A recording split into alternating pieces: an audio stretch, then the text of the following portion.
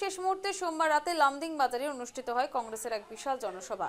সেখানে উপস্থিত ছিলেন প্রাক্তন বিধায়ক তথা কংগ্রেস প্রার্থী স্বপন কর। সেই ছবি উঠে এসেছে প্রচারের শেষ মুহূর্তে লামদিং বাজারে কংগ্রেসের বিশাল জনসভা। কারণ মঙ্গলবার বিকেল 5টায় প্রচার একেবারে শেষ এবং একই সঙ্গে কিন্তু সেই জন্য সোমবার বিভিন্ন প্রান্ত থেকে ছবি উঠে এসেছে। বাঙালি সংখ্যাগরিষ্ঠ কেন্দ্র থেকে নির্বাচিত হওয়ার পর গত 10 বছরে বর্তমান বিধায়ক শিবু মিশ্র একবারও বাঙালিদের ভূমি অধিকার নিয়ে বিধানসভায় কোনো প্রশ্নই তোলেননি।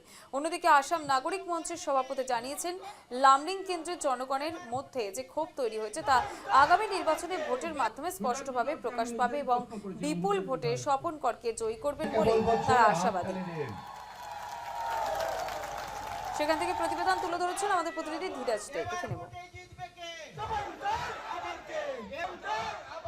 রাজনৈতিক দল সহ নির্দলীয় প্রার্থীরা কিন্তু বিভিন্ন প্রান্তে 64 নং যে বিধানসভা কেন্দ্র প্রান্তের বিভিন্ন জায়গায় গ্রাম থেকে সহ বিভিন্ন প্রান্তে প্রচার অভিযান করেছেন। এবং ইতিমধ্যে আমি আজ উপস্থিত হয়েছি লামডিং বাজারে, এবং লামডিং বাজারে কংগ্রেসের এক বিশাল জনসভা ইতিমধ্যে আয়োজন করা হয়েছে এবং এই জনসভায় বক্তব্য রেখেছে বেশ কয়েকজন বক্তারা। আমি প্রথমে যিনি কংগ্রেসের যিনি প্রার্থী স্বপন করের সাথে কথা বলবো।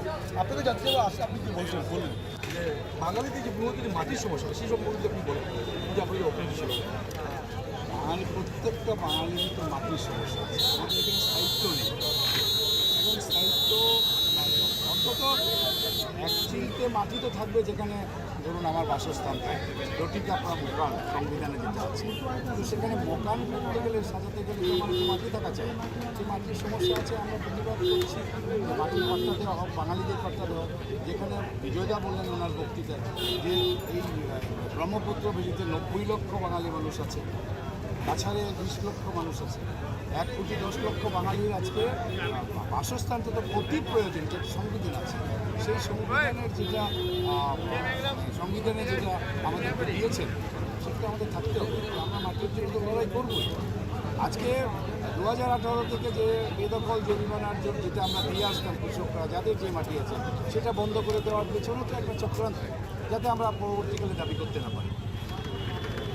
আপনি উমেশ কল সঙ্গে একটা কথা বলেছেন, সেটা আমার মনে হলো আমার কথাটা মনে হলো যে উইমেন্স কলেজটা বেটি পড়াও বেটি বাঁচাও বলে ওনারা স্লোগান দিচ্ছেন।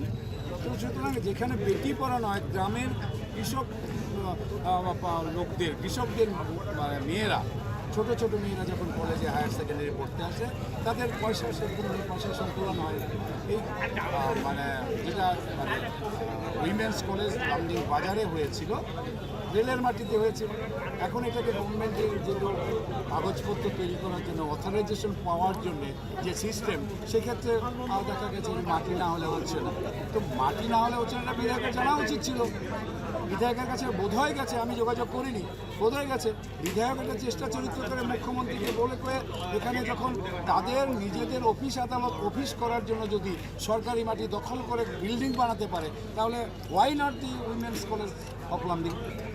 সুতরাং এই জন্য আমি প্রতিবাদ করি। হিসাবে কথা বললাম প্রার্থী কংগ্রেসের যিনি প্রার্থী রয়েছে স্বপন কর, এবং উনি যেমনটা অভিযোগ করতে পারেন যে লামডিংয়ের যে একটি মূল যে উমেশ কলেজ সেটি কিন্তু বন্ধ হয়ে গেছে, এবং সেই বিষয়ে উনি দোষারোপ করেছেন যিনি বিধায়ক, 10 বছর থেকে লামডিং কেন্দ্রের যিনি বিধায়ক, এবং সেই বিধায়কের উপর দায়িত্ব ছিল যে যেহেতু উমেশ কলেজটাকে রক্ষণাবেক্ষণ করা উদ্ধার করতে হয়েছিল।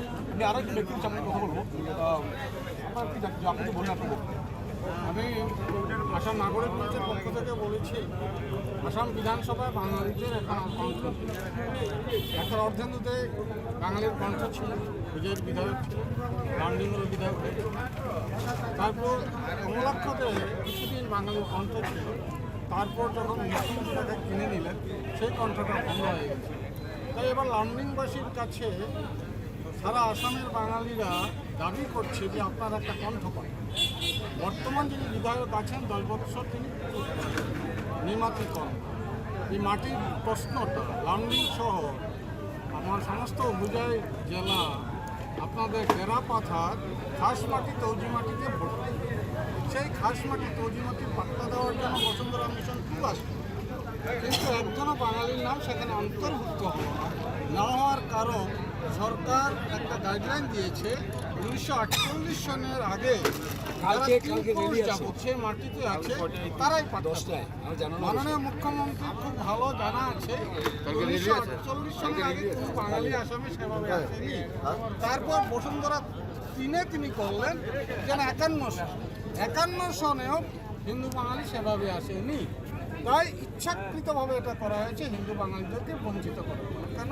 আচ্ছা, আপনি আপনার যেখানে- যদি শুনুন, আপনার যদি মাটির অধিকার না থাকে, আপনি তো জাতি নন।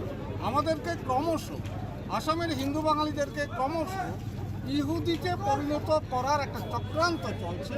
সেই চক্রান্তের ফলস্বরূপ বসুন্ধরা মিশন 2 এবং 3-তে একজনও হিন্দু বাঙালির নাম পাট্টার জন্য সিলেকশন বিবেচিত হয়। আপনি প্রচার করছেন কংগ্রেস প্রার্থী স্বপন করের হয়ে। হয়ে আপনি বিভিন্ন প্রান্তে প্রচার করছেন। হ্যাঁ। কি অনুভব আপনি প্রচার কি মনে হয়? আমি আজকের সভা এবং গত দুদিন আগে আমি লঙ্কায় একটা সভা করেছিলাম। এই দুটো সভাতে প্রমাণ হয়েছে যে স্বপন করছি। গতকাল এমন একটা পাড়াতে আমি মিটিং করেছি যেটা পূজাই সমষ্টিতে ছিল, নূতনভাবে এসে ঢুকেছে। সবাই হিন্দু বাঙালি, একজন সেখানটায় মুসলিম ছিলেন না।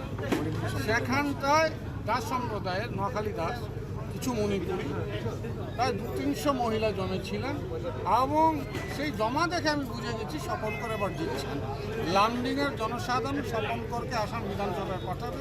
উনি শুধু লামডিংয়ের কণ্ঠ হয়ে ঢুকবেন এবং সারা আসামের বাঙালির কণ্ঠ হয়ে বিধানসভায় বক্তব্য দেবেন। নিশ্চয়ই আমরা কথা বললাম প্রত্যেকের সাথে এবং যেমনটা ওনারা দাবি করছে বা ওনারা আশাবাদী আগামী নির্বাচনে যে অসম বিধানসভা নির্বাচনে লামডিংয়ের জনগণ বিপুল ভোটে দিয়ে কংগ্রেস প্রার্থী স্বপন করবে জয়যুক্ত করবে। ক্যামেরায় রাহুলের সহযোগিতায় ধীরাজদের রিপোর্ট।